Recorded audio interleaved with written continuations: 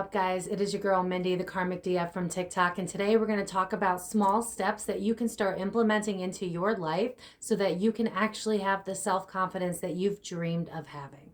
I'm going to list a handful of tips and tricks as always, and if you like videos like this, please like, comment, share, and subscribe, and we're just going to get right into it. Prior videos I've mentioned the inner critic, but what we need to do is self-soothe. So that's number one.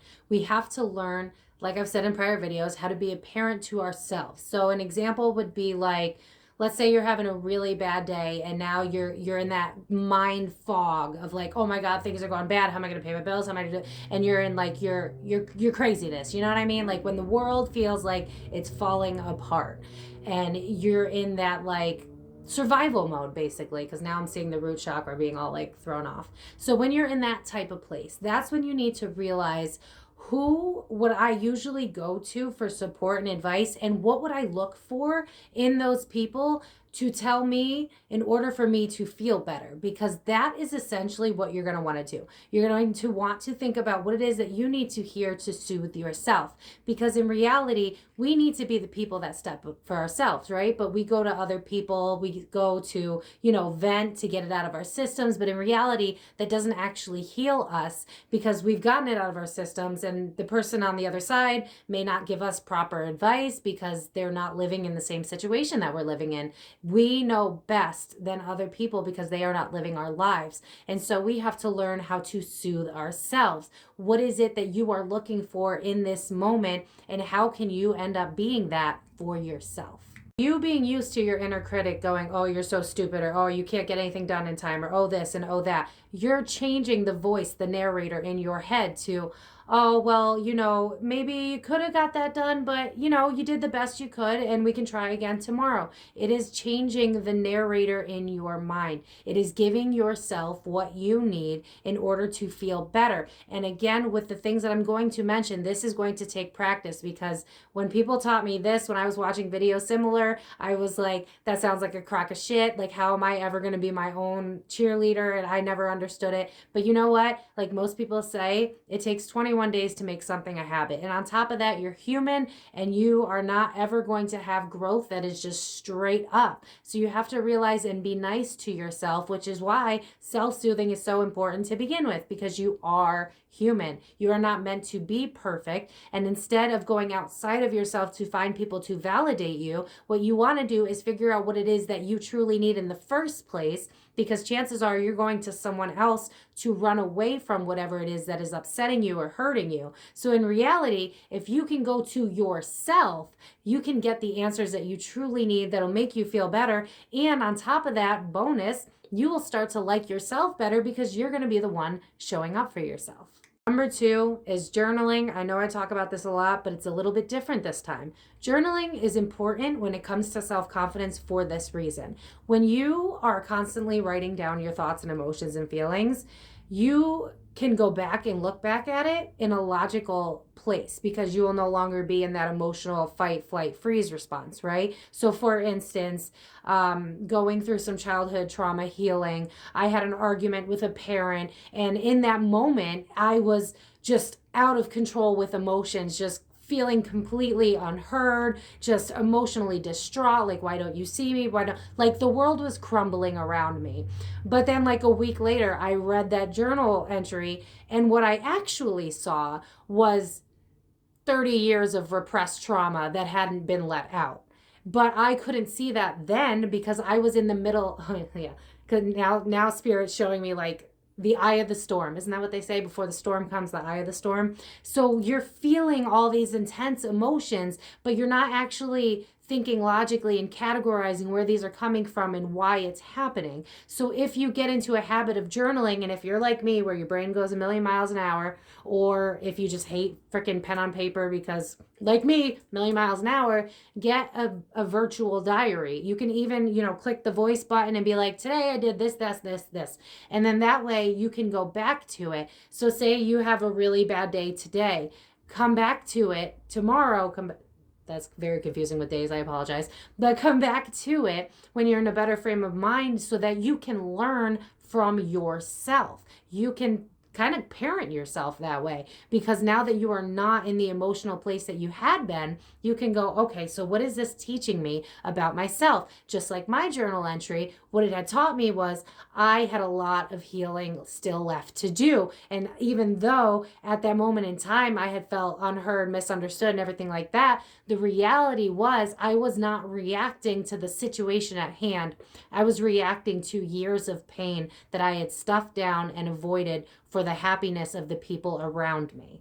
Journaling is literally that important because it gives you a very good perception of who you are and what you still need to work on. Because again, when we are in our emotions, we cannot think straight. But when you get out of that frame of mind, when time has passed, you can look back on those moments and say, what am I now learning about myself that needs to be healed, that needs to be changed? You might learn about other people too, now that you're not in that emotional state. You know, I've looked at journal entries where I'm like, how could they possibly treat me this way? And then I've calmed down and then I go, oh, okay, they treat me this way because they don't even know how to respect themselves. How could I expect them to respect me? And I couldn't see that when I was being, you know, attacked because their emotional triggers were being triggered. Their childhood trauma was being triggered, and I couldn't see that. So when you can journal your emotions as you're going through them and then come back to it, you can learn about yourself. You can learn about others. You can start to see from a bird's eye perspective what's really going on so that you have, like, I'm seeing a key to a door. Okay, so it's like unlocking the key to what's actually triggering you. Because when you're in your emotions, you're not really seeing the depths of where it's coming from. But when you can go backwards and see it when you're not there, like I keep repeating, then you can understand that key to what is actually being triggered inside of you. What is it that you actually need to release? Because you can't fully be self-confident if there's something inside of you that's a button that can still be pushed, right? Because you may have this deep down belief that you're dumb because someone a long time ago called you dumb, and that's still in your system. And so someone may be like, oh man, you did this and that was really stupid, and you get super triggered, and in that moment you're extremely emotional and you're like, oh, this person's evil and this, that, and the third. Angel numbers 522 on the clock as I'm saying this. And then you go to the next day and you read it back and you're like, oh, I see where this is truly coming from. You can have that level of self-awareness with yourself, and that way the triggers won't be so triggering anymore because you'll see where they're coming from, and therefore your self-confidence is going to increase, because once you realize where this stuff is coming from, you can clear it out, you can stop taking things personally, you can see where other people are coming from, though that does not mean that you have to understand that their trauma and triggers are something that you have to take. That'll never be the case. It's simply that you'll understand why they are the way they are, and then your emotions won't be involved in it anymore. Another one that is extremely hard for a lot of people, because we live in a society where we're supposed to not like ourselves, especially with mainstream media just giving us all of these products we should buy and implants we should put in us and exercises we should do so we make sure we're perfect. You need to practice talking to yourself in the mirror. Mirror work is actually very beneficial. I thought it was a load of crap, to be honest with you, until I've dedicated 30 days to it, and now I talk to myself in the mirror every day, and it really does work, because you're conditioned to believe that you have to strive for perfection, that you are not perfect just the way you are. And I got news for you. You are. You probably just have some toxic habits like everybody else in the world that we need to heal from, but you as a person, you're perfect the way you are. There's nothing that you need to change. You were made to be who you are today, so get that out of your mind. But it's a matter of, it's battling the inner critic, but it's also being able to boost yourself up. To make this a little bit easier, I'm just going to give you an example. As a child, I was made fun of for my eyebrows. Luckily, big eyebrows came back. But like, I love my eyebrows now, but there was a moment that I didn't, because people made fun of them. It is what it is. But when you can go into the mirror and you can stare at yourself for a while and you can go, okay, all right, well, people make fun of me for my eyebrows. Yeah. Okay, but I actually really love my eyes. I think that my eyes are a beautiful shade of brown. You know, I love my skin. I like that I have freckles in this. You know what I mean? It's rebuilding yourself up. It's talking to yourself. And that's what's huge too, is because your eyes are the window to the soul. That's why it's really uncomfortable sometimes when you're talking to people. Like you ever look down and stuff. The eyes are the window to the soul. So when you are talking to yourself in the mirror and you're like, this is beautiful. This is beautiful. I love myself for these reasons. And yeah, maybe, you know, maybe I'm not completely thin, and that's okay because I'm still beautiful just the way I am. And making that a daily practice, you're going to quiet the inner critic, and you're not going to give a shit when someone else has something to say about you because you've spent that time rebuilding yourself.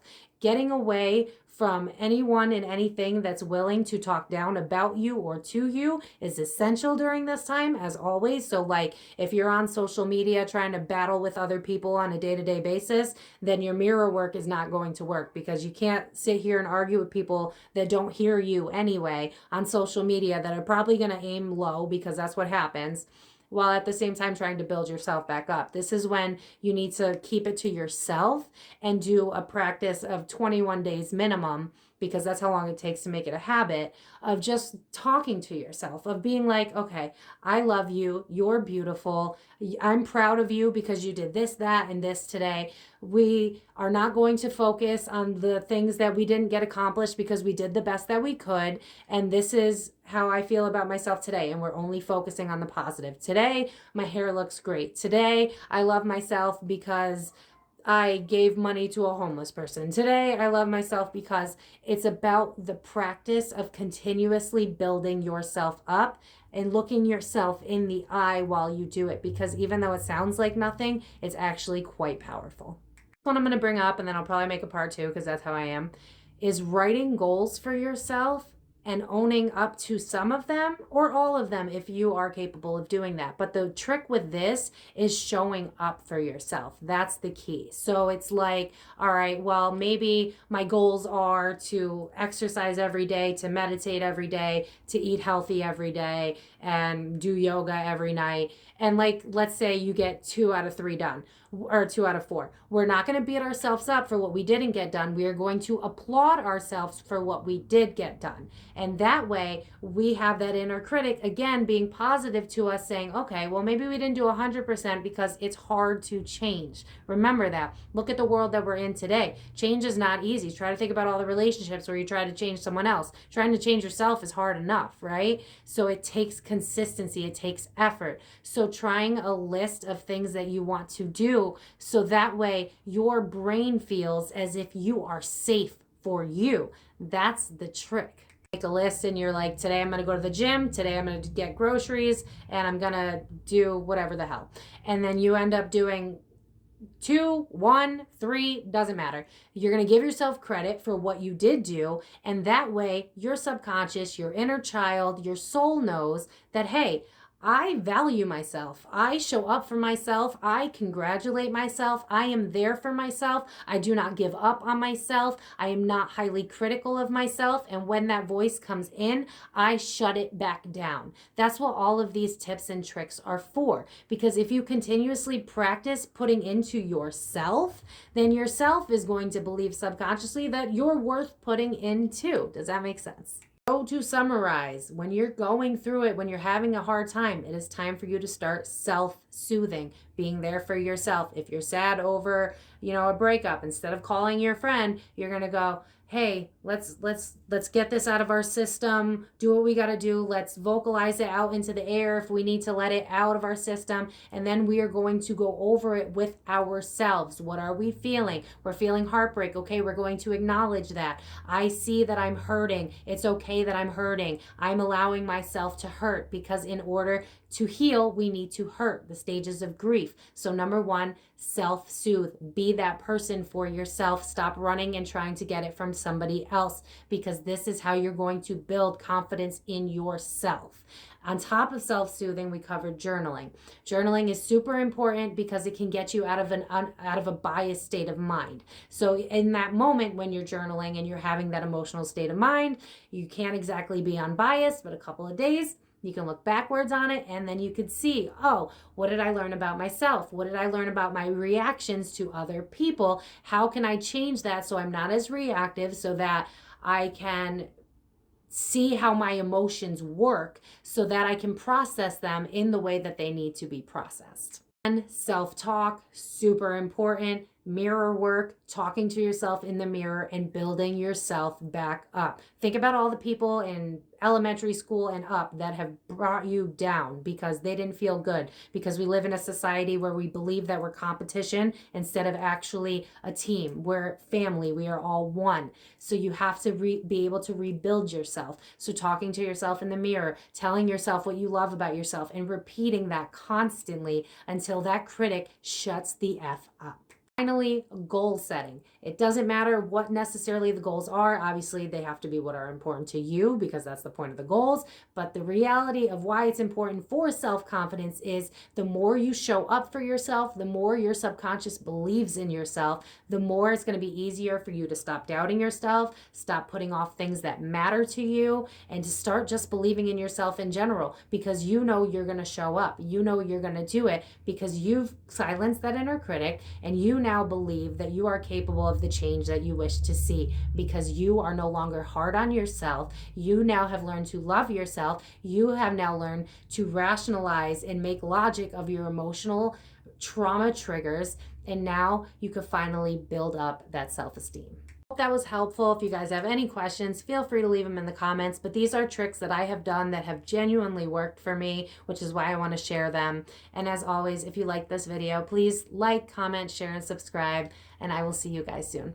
Love you so much. Bye-bye, babes.